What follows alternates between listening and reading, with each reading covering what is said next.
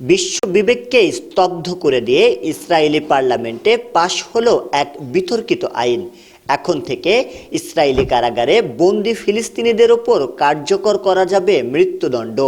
মানবাধিকার সংস্থাগুলো এই পদক্ষেপকে বর্ণবাদী ও প্রতিহিংসামূলক হিসেবে আখ্যা দিয়েছে।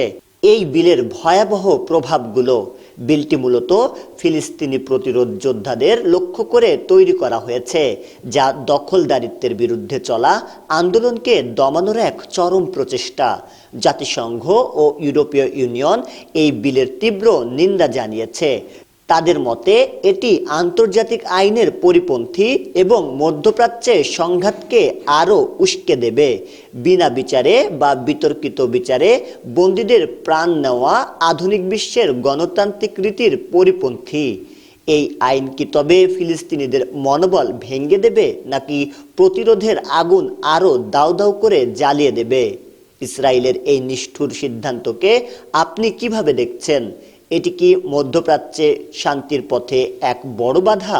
আপনার মন্তব্য কমেন্ট করে জানান এবং এই অবিচারের বিরুদ্ধে আওয়াজ তুলতে পোস্টটি শেয়ার করুন। শাহরিয়ার হিমেল, ডেস্ক রিপোর্ট, নবরূপ টিভি।